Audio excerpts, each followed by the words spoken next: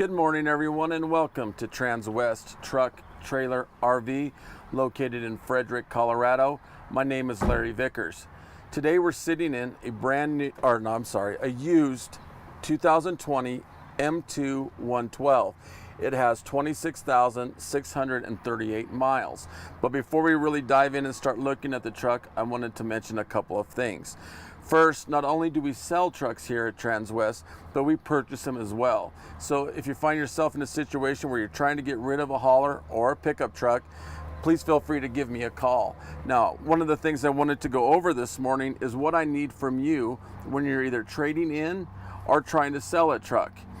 First and foremost is pictures. You can't send me enough of them, especially if you live a distance from me and we can't see the truck beforehand.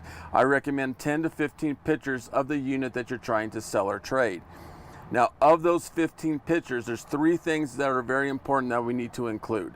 The first one is the VIN number, the second one is the odometer, and the third one is the tires, so we can really get a feel and a grasp of what the tire condition is like on the vehicle that you're trading in.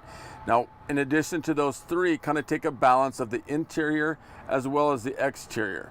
And if there are any scratches or dings, anything like that, please point those out to me when we're in the process of negotiating in terms of getting your value. Now, the more pictures you can send me, chances are the higher dollar amount I can get for you, because that simply gives me more ammunition when I go to my superiors to get us a dollar amount. So those are the things that I'm going to need from you when we're trying to either trade or sell a vehicle. Now, more about this specific one. As I mentioned, this is a used 112. So that's a huge advantage in itself. And the reason is because just from a dollar standpoint, the FET has already been paid. And as you're well aware, that's 12% that we have to charge the customer, that the government basically makes us do. And it only gets charged once. And that's when the original purchase is made. So on this specific truck, the FET's already been paid. So you're roughly saving $30,000 to $40,000 just from the standpoint that it only has 26,000 miles on it. So that is a huge selling point for this particular unit. Now, as we take a look at the cab and see some things in here, we'll go from top to bottom. It does have a storage component right here. As we come across, the backup camera is located right here. Now we can put on an additional 2 cameras into the system. I'll show you where we do that, so we can check all of those out right here. Air horn is located right down here. Now, this is a carbon fiber interior. It's really dressed up and looks nice. One advantage to the Summit hauler conversion, which that is what this truck is, the dash is wrapped around. Okay, it's not flat. So if we need to roll up a window or do things here, it's simply right here without having to stretch clear over there. So that's a safety advantage to this truck. In terms of the gauges, we've done those a lot in the past. There's 2 I want to talk about located right here, and those are the air pressure gauges. It does come with 2 air tanks. Now, the primary focus for the first one is brakes. The one assists in the brakes because this is an air braking system in the truck. In addition to that, the secondary one also monitors air in the cab, air in the seats, that sort of thing. So that's what the second one does. But those are the 2 I wanted to mainly point out. As we come across, locks and windows are located right there. This is an automatic transmission, so we can adjust here. R for reverse. Right now we're in neutral with the brake on, and D for drive. So it doesn't get much simpler than that. I understand a vehicle of this size can be somewhat intimidating for people to get in and drive, but it's very simple. In addition to the space, and the air ride makes it extremely comfortable ride as well. This is for the air dump. This basically lets the air out of the back end. An example of when you would use that, like this morning when we hooked the trailer up, we knocked all the air out of it so we could get up underneath there easier. Intermittent lights, mirror heaters located here. This is the regen button. Chances are we're never going to use that because it is set to automatically regen itself. This is the engine brake. This is a huge safety advantage over pickup trucks, for example, because it's a true engine brake. An example, if we're right next door in the Rocky Mountains and coming down a steep decline, we hit that engine brake on high. So we actually have 500 horsepower coming back at us. So that affects all 6 cylinders.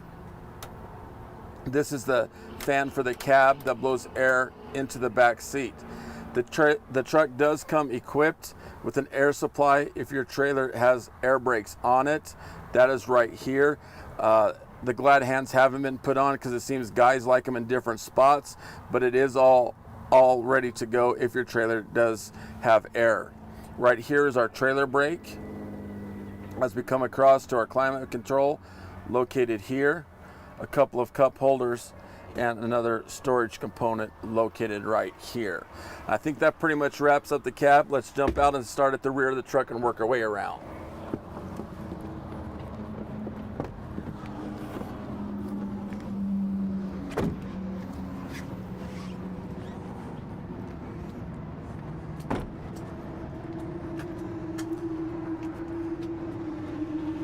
Today we do have it hooked up to the gooseneck trailer that CJ just showed you. One advantage to the Summit hauler conversion over the competition is this is made of aluminum. So that's not steel. So if you project the longevity of the truck 10 to 15 years down the road, it's going to look very similar today because this isn't going to rust. So we don't have the safety chains hooked up, and I realize that the trailer is strictly for video purposes, but it does come with the gooseneck ball. In addition to that, here's the plug-ins for the lights, and right there is that plug-in that we just visited about for the Voyager system, which you can hook up a couple more cameras to it as well. As we come on through, now this trailer is metallic black, so we can see if the camera will pick it up, but if you zoom in really close, you can see the gold specks coming through. So it's really sharp when the light hits it. Now, as you can tell, this truck is a little bit different than some of the Summit haulers because it does have additional storage put on it. Not only is there the 3 on the side, but there's a storage component here, and it does have a light switch right there, so that can sure come in beneficial to you as well. In addition to that, there was another storage component put on right there. As we take a look on the inside, you can see that storage component is extremely large, plus there's no divider through there, so you can put a lot of belongings in those two particular storage components. As we take a look from the ground level, the first thing you're going to notice is just how much room is in there. So you take that much room coupled with the fact that you're riding on air, makes those long trips basically feel like nothing. We can get a shot of the DVD player from down here as well.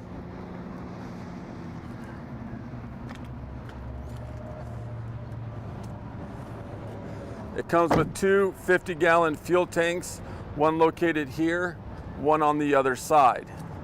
Now, as the truck's sitting in rest as it is now, that fuel balances itself out, but when you go to fuel up your truck, you're going to want to do that on an independent basis.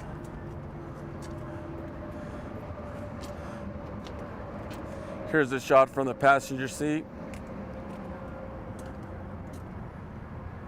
We can take a look at the carbon fiber here, here, and here as well.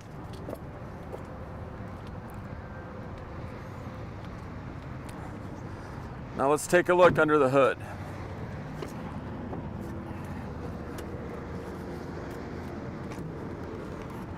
That's the Detroit D13 engine, 12.8 liters.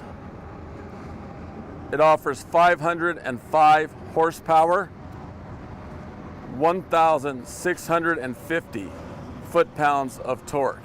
And the torque is a little bit different on the Detroit 112s from the standpoint, first it'll shoot us up to 1100 and will gradually increase to 1650.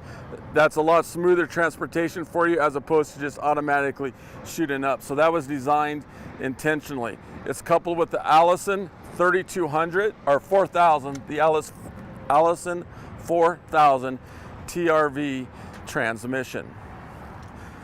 Now as we take a look in front of the truck,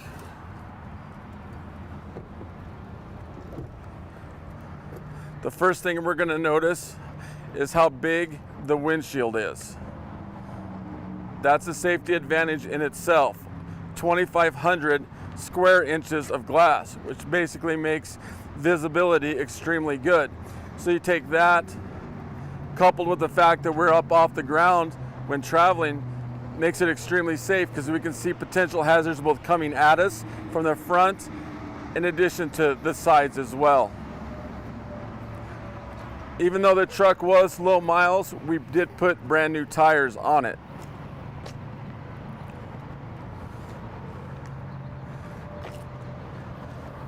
And those are Goodyears. 295, 75, R22.5.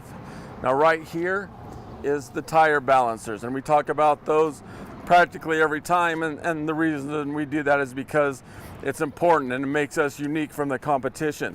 Inside there's BBs with some hydraulic oil, so when you go and you gain speed and you pick up momentum, that's going to balance the entire rotating mass. From the rim to the hub to the tire, everything's balanced. So that's safer, plus it's a more comfortable drive for everyone.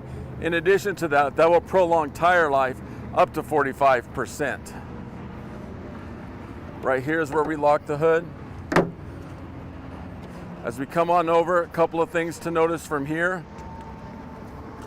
This is the block heater underneath here. So cold climates, that'll really come in nice. This is a trickle charger under here. So when we're on our travels, we want to run the DVD player or the lights at night, we can plug that in and that will assist the batteries. A look inside the driver's seat. Right here is the air adjustment. As I stated, it comes with air ride. This is for heated or cooled seats located here. This is for the lumbar, so you can let in and air out of the back of the seat as well. Right here is where we start the truck, and they're designed to do it from the ground.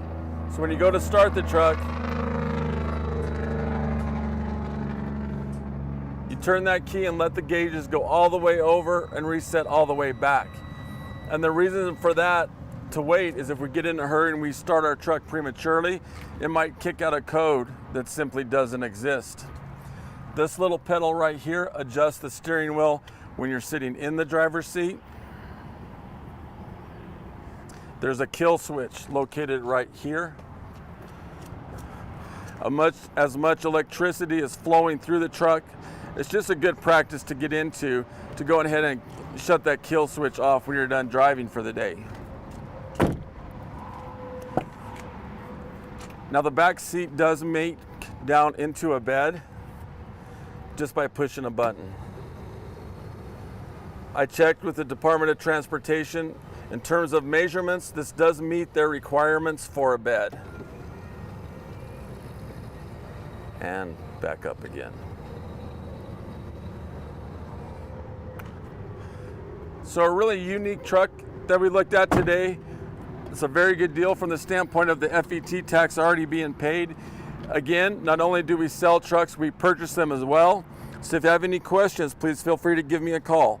Larry Vickers, the cell phone number 970-370-4067. The work extension 303-684-3404.